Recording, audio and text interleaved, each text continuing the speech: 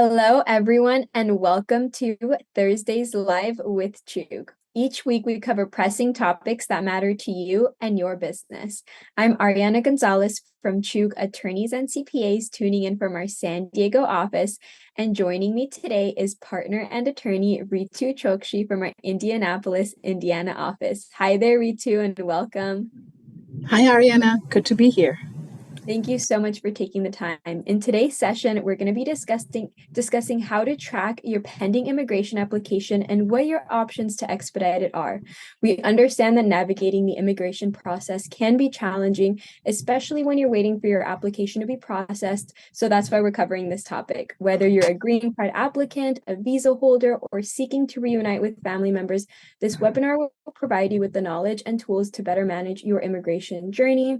So just before we get started, I'd like to remind you all that we are live on YouTube, LinkedIn, and Facebook, and this conversation is for informational purposes only. It does not create an attorney-client relationship. So please comment any questions you have below or email us at info@chug.com so we can help you out. Now let's get started, Ritu.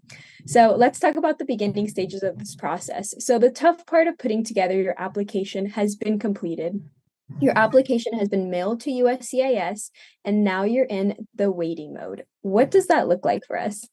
So I think the very first thing I always tell my clients is, if they're my client, we have made sure that your application has been sent with tracking. We've made sure that you have a copy of it. You always want to make sure that when you submit filing fees, there is a way for you to check if they've been accepted, things like that. So that's safety planning even before you kind of get the application out the door. If you've done those pieces, then at somewhere between 2 to 4 weeks, you will see something that is the receipt notice. Besides your approval notice, receipt notices are my favorite thing to open because it tells you that your case has been accepted. And then that starts your journey about, just how do you navigate what happens after? Because all of the build-up, all of the paperwork you put together, now it's in the hands of the adjudicator and you're now in the waiting mode. So the receipt notice is a great sign, it sounds like. So Yes. Who gets this receipt notice? Who receives it? And are there ever any delays or issues in getting this receipt notice? Can you talk about that a little bit? Sure. So I always spend some time with my clients letting them know what the process is. One of the things that I tell them is I can send 2 to 3 applications, the exact same thing to the exact same service center using the same express mail that I use. And I will get different receipt notices back at different times. So sometimes I'll get it within 2 weeks. Someone is waiting for 4 weeks. So it varies. There is no control over that process on our end. But the good news is if it is accepted, you will also receive a notice and so will your attorney. A lot of the times, the agency, when you submit yourself as an attorney of record, they will always send it to your attorney. But in most cases, they're also sending you your originals unless you requested that your attorney be the only person receiving them. So you should be seeing it in your mail as well. That's great to know. So this amazing receipt notice has arrived. Yes. Once the client has it, what are some things that they can do using this receipt notice? Do you have any tips for them once this comes through? Yeah, so as soon as you see your mail from USCIS, here's the first few things I want you to do.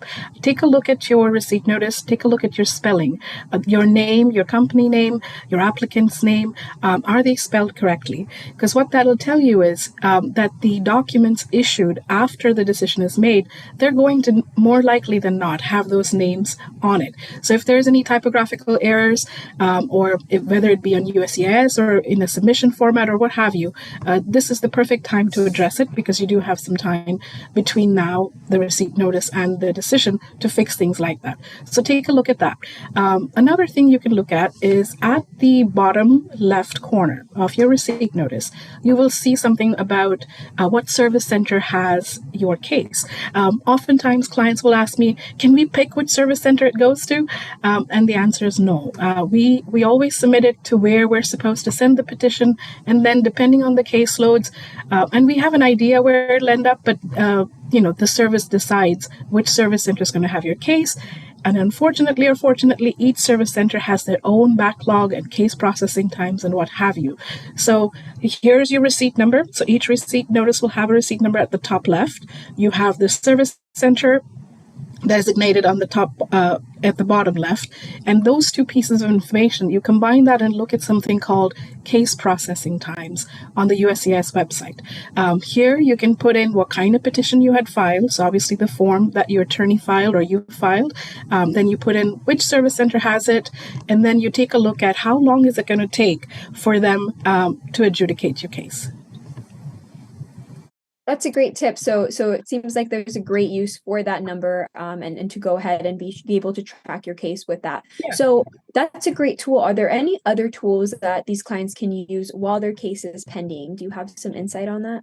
Sure. So one more thing that comes to mind that I forgot to mention was the priority date, right? So every immigration case, it's a queue. You are standing in line amongst many, many, many thousands of others to get your relief or benefit that you've applied for.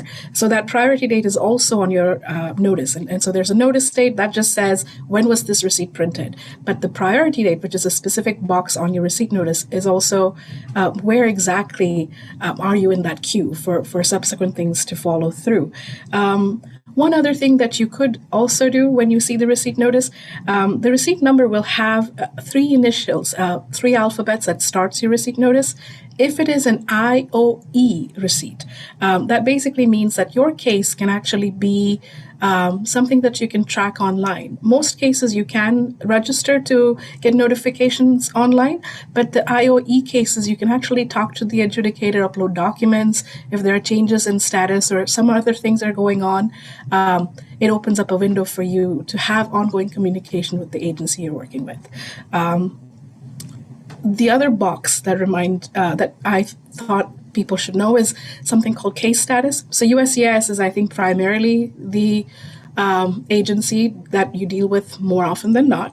And so they have case status here. This is if you don't sign up for the online account or you have a case that doesn't really track it online, then you can put in your receipt number and it'll tell you if anything has happened. And you will usually see that update even before you get something in the mail. So that's another way to periodically kind of keep in touch with your case and check in on what's going on.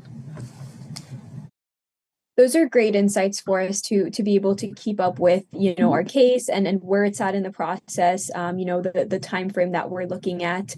I appreciate you covering those tools that people can use during this process. So for anyone who's just tuning in, we are talking about tracking your immigration case, options to expedite it. Just a quick FYI, this conversation is for informational purposes only. It does not create an attorney-client relationship. So please, if you have questions, comment them below or email us anytime at info@chuk.com. So let's get back into it, Ritu. I'm sure the waiting period is the hardest for our clients during this time. So when can you request that their case be adjudicated sooner or faster? Is this a possibility for them? Sure. So I tell my clients that primarily there are two instances where we can start to intervene on their behalf. One is if it's outside processing time. So knowing how I just walked you through checking the processing time, say, when you first got your receipt and you looked and it said you should get a decision in 4 to 6 months. Then somewhere at the 4-month mark, you can start to see if cases that were filed along with you have already been adjudicated or not. So if they weren't, because you will see at the very bottom of that page, they actually tell you what receipt number or priority date they're adjudicating currently. So if your date was prior to that, then that's exactly the right time for us to get involved and say, hey, let me submit an inquiry on your behalf. Let me find out if something's going on or someone's dropped the ball, or can we just get another set of eyeballs on this particular petition that should have been adjudicated by now. Now, one caveat though, what they put on their website, and this is sort of a safety catch for them, but they say 80% of the cases are adjudicated by that time. So if you're in the 20%, they still have bought themselves some room to do some, late processing, I guess, but it does give us some tools and access to start to reach out on their behalf. But the second one, this is, I think, the more important one that I wanted to talk about today is if there's an emergency in your household or something else is going on, say you were applied for a renewal of a work permit, right? And they haven't sent it to you, and you're about to lose your job because you're in that gap period. On those instances, depending on the case, depending on the agency we're working with, we can request an expedite of processing of those petitions. So keep in touch with your legal team. You want to let them know what's going on. Do it before. Get them sort of focused on the idea that there might need to be done for them, and we can explore it with you. Thank you, Ritu. Those are such great insights on that topic. So let's talk about, what are some acceptable reasons for requesting the case be fast-tracked or expedited? What information can you give us regarding this? Yeah, I think so. Like I mentioned, the first one is if you can, in certain cases like work permits, you can show that there is going to be loss of a job offer or loss of a project or substantial financial difficulty because the agencies failed to adjudicate in the timely manner. Obviously, you have to have filed your case in time, but then if you've done your part and there is something that's going on, then we can do that. Another instance that I often have to deal with, or at least attempt to navigate, is say that there's, you've petitioned for a family member, but now you yourself are not well, or there's a medical emergency, or the circumstances in your country have changed. There is something that is life and death. The standard's pretty high, right? So it has to be something beyond the comfort or beyond the idea of you wanting to be reunited with your family, or because it's taking too long, because everyone is in the line. But then if there's something more, then we can look at it. And one other thing that I always, we are very mindful of this in our practice, but if there's a petitioner or the applicant's going to age out, right? So if you applied for someone, they were supposed to get this benefit before they became an adult at 21 or something like that's going on. In those cases too, you want to kind of somehow nudge the agency.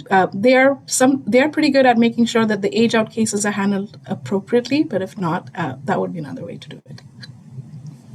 That's great to know that we have these options, and sometimes we do have to go ahead and nudge them and remind them about hey, our case is important, we need you to take a look at this. So that's great to know that we have these options, as well as for when there's a serious situation going on with your family. It's amazing that they do prioritize that for us.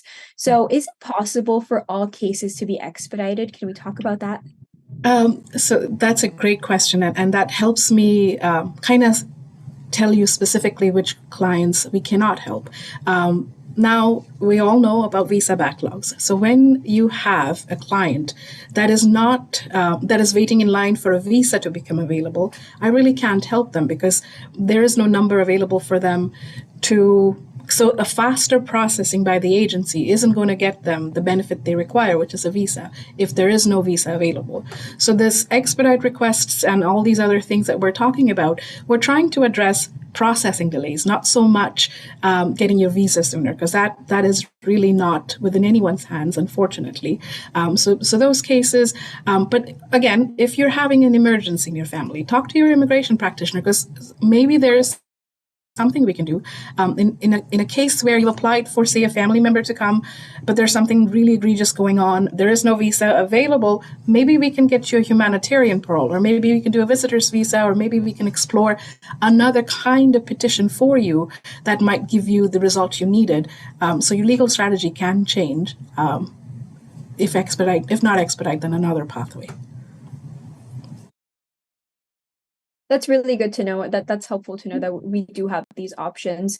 So let's talk about the effectiveness of these expedited requests. How often do they work? Do they work? Have we been successful in getting things done sooner? Can you talk about that a little bit? I wish I could say that they're an amazing tool and I get a lot of good results. So I say yes and no. So what the expedite process gives me is another avenue to kind of nudge the agency, to bring attention to your case. Will that work? Not always. So because there's a lot of discretion involved, right? Your case or your request has to be something that the person, that the agency, one, recognizes as meeting the standard. The second, are there many other people in the same situation? So say there's war breaking out. So would then this expedite request be a better thing, or would you use another parole option for your case?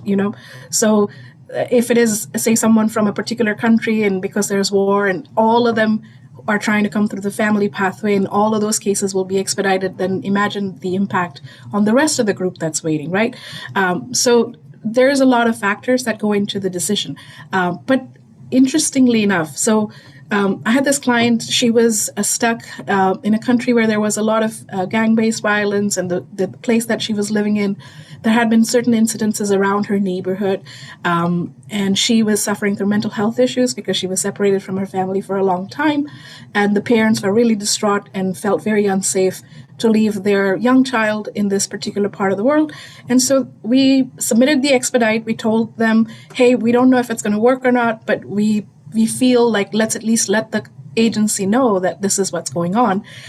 We got a denial on the expedite, but we got a decision on the case in 2 weeks.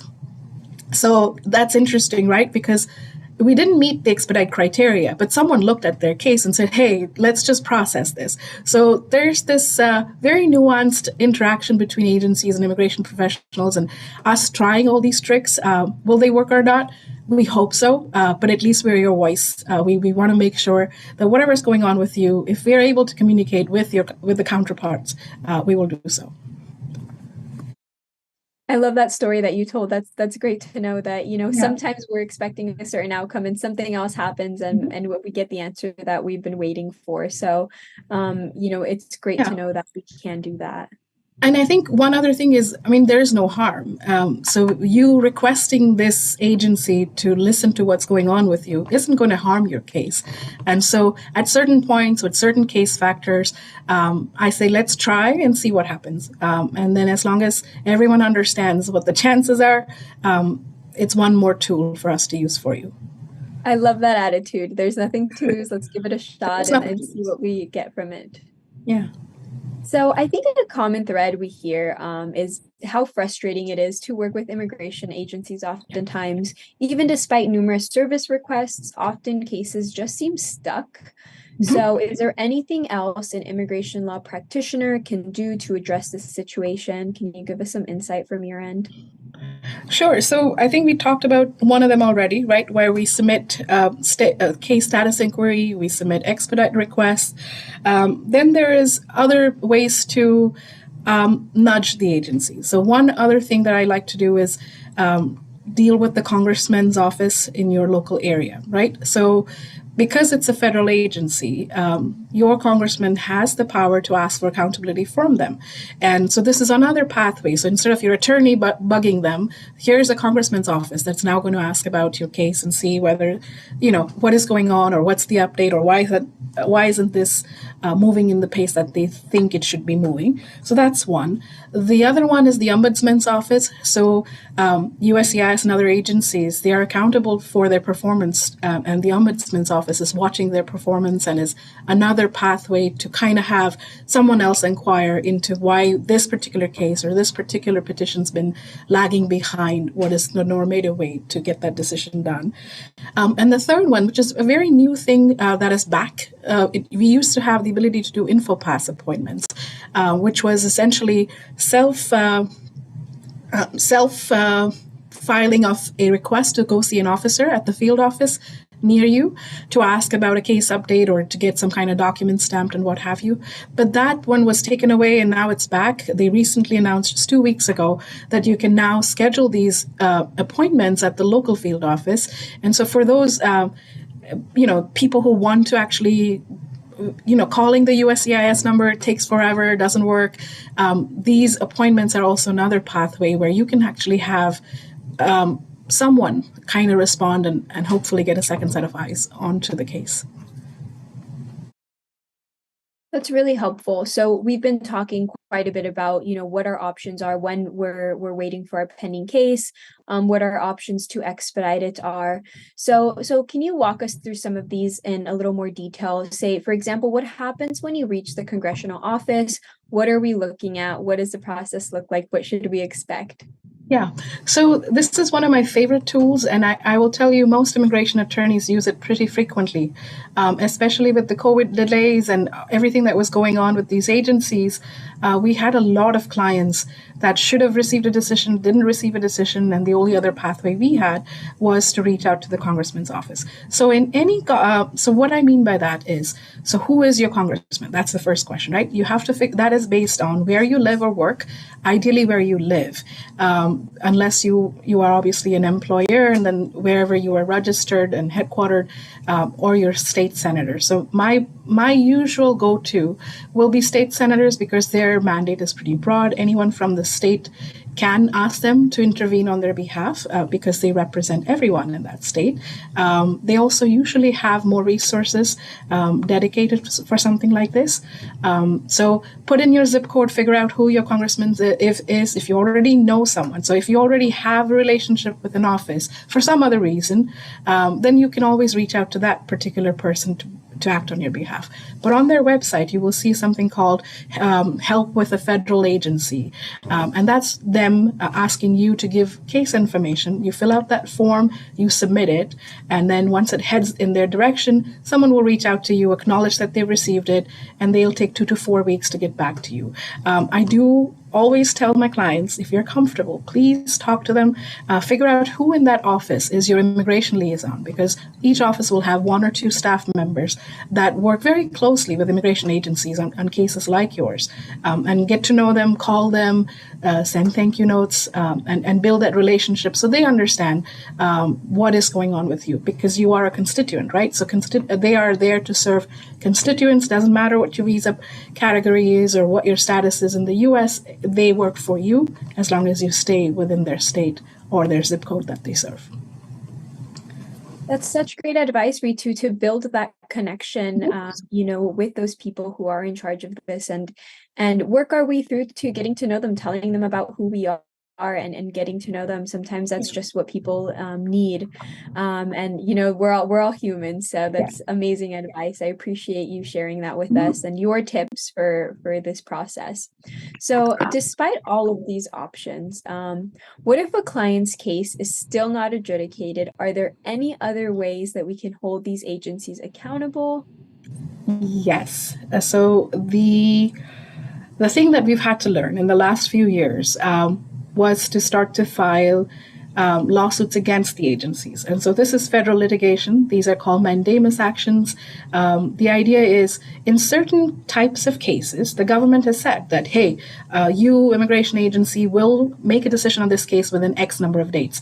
Or in certain instances, they'll say in a reasonable time or in a timely manner. Depending on whatever applies to your particular kind of case, you might be able to actually sue the government and say, hey, we've paid you the filing fee, we've done all the steps, and the steps would be to make sure you've done the requests, right? You have to do the case processing requests, you have to do the administrative piece. But because it's a federal agency, and it's the government, you can sue the government in federal court. And so our litigators at CHUG are more than happy to file those as well. Wow, I didn't expect that answer, but that's great to know that we do have that option. And of course, we can help you with your immigration and the litigation side of things if it does come to that. So definitely, if you're in this situation, please reach out so that we can assist you. Email us anytime at info@chug.com, and we'll set you up with the right people. So I appreciate you covering all of this detail, Ritu. Do you want to summarize any final points, concluding remarks for us? We do have a little bit of time left. We do have a live question from LinkedIn, so we'll get to that at the end. If we can just hold on a few minutes and we can close out.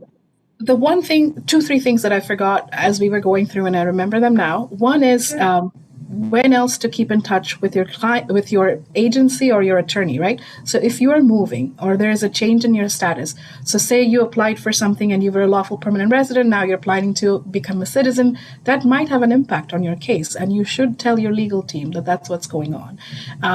Similarly, if you are about to move, all through your pending application process. You're supposed to let the agency know where you're moving because they only owe you a notice to the address you provided. And so within 10 days of any move, please let them know. In terms of the congressional office, I would say they do want to make sure that you only work with one of them.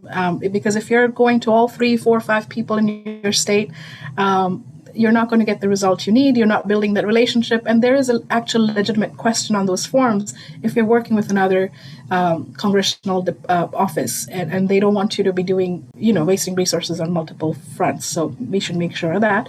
But if there's one big takeaway, keep in touch with us. Let us know what's going on so we can kind of advocate for you. Thank you so much for those summary points and those concluding remarks. We do have 2 live questions if we can get to them. One from LinkedIn. What is the most effective process to ask for expediting a green card issue if one has a genuine situation? So the expedite request, if it's USCIS, we can usually submit a case status inquiry, or there's also something called Ask Emma. Funnily enough, for my clients that have I-130 cases pending for a longer period of time, we've just asked Emma, which is a strange little thing to do, to kind of give them the receipt notice, tell them this is not done and the reason for expedite, and you submit it and you will at least get a response back within 15 days of what's going on. So that particular agency is very, very quick. If it is the National Visa Center, then you have a similar form on their website that you work with. The embassy, if it's at the embassy stage, that's another ballgame altogether. Each embassy has their own way, whether they want it done in an email format or by submitting a form. Perfect. Thank you for that answer. I hope that was helpful to our audience. If you do have further questions, please email us so we can further assist you. Another question we have is, how soon after filing the I-765 can you file to expedite it? Before or after the biometrics?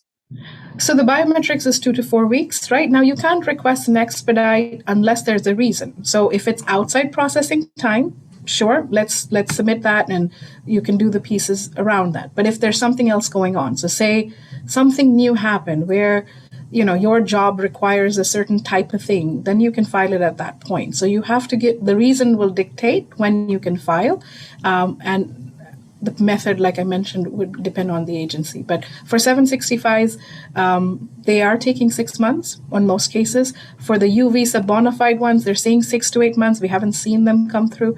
And so depending on what was promised, what was the processing time, you will be able to decide on the expedite request. That's great info. Thank you, Ritu. We do have a pretty active audience today. So we have a few questions left. How many months on average do you add onto your wait time once you file the AR-11? AR-11 is just the address change form. So changing the address isn't going to change your processing time at all. Okay, so no added months on our wait time for that. Okay. And then is there a service center that's faster now, for example, Nebraska, Texas, or NBC for the I-485? Do you know anything about that? So 485s, and I'm assuming this is adjustment filings, you have to send them based on where you live. And then what they do is they load share, right? So you send it to the primary place that you're supposed to send it, and then they divide it up. There are certain centers that are faster, but it's not something I can control. But if you play with it, right, go to that case processing website, put in the kind of thing you're trying to do, and then look at all the service centers, and you'll see a variation from 8 months to 48 months for the same type of case.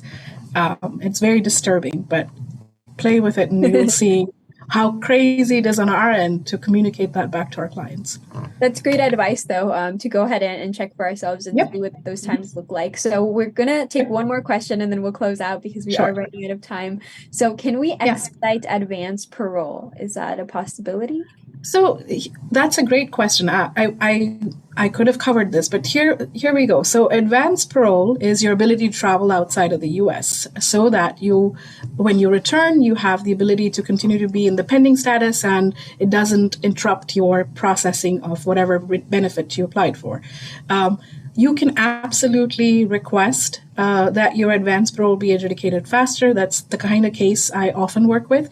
You can also actually do an emergency advanced parole request at the field office. So what you will do is you will use that online scheduling thing that I asked you to do, and you take in your receipt notice and you show them your travel tickets or whatever emergency you're dealing with or whatever travel plans you've made. And again, advanced parole is attached to a petition, and so each petition has what kind of emergencies they will respect. For certain types of advanced parole, it's just normative to have one. So depending on the different pieces, you can absolutely request that it be adjudicated sooner. Talk to your legal team. We'll make sure you get that appointment, you have the papers to take with you, and hopefully they stamp your passport and you can leave.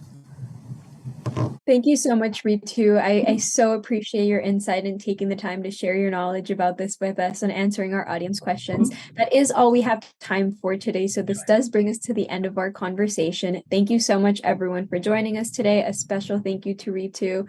And to stay up to date with us, please subscribe and follow us on Facebook, YouTube, and LinkedIn. If this video was helpful, please give it a like and subscribe. Turn on the notification bell so you can be notified of our next upload. And if you have any questions or suggestions or want to hear a new topic, please email us at info@chook.com. We're always happy to help you out. And make sure you join us back here next week for more pressing topics that truly matter to you and your business.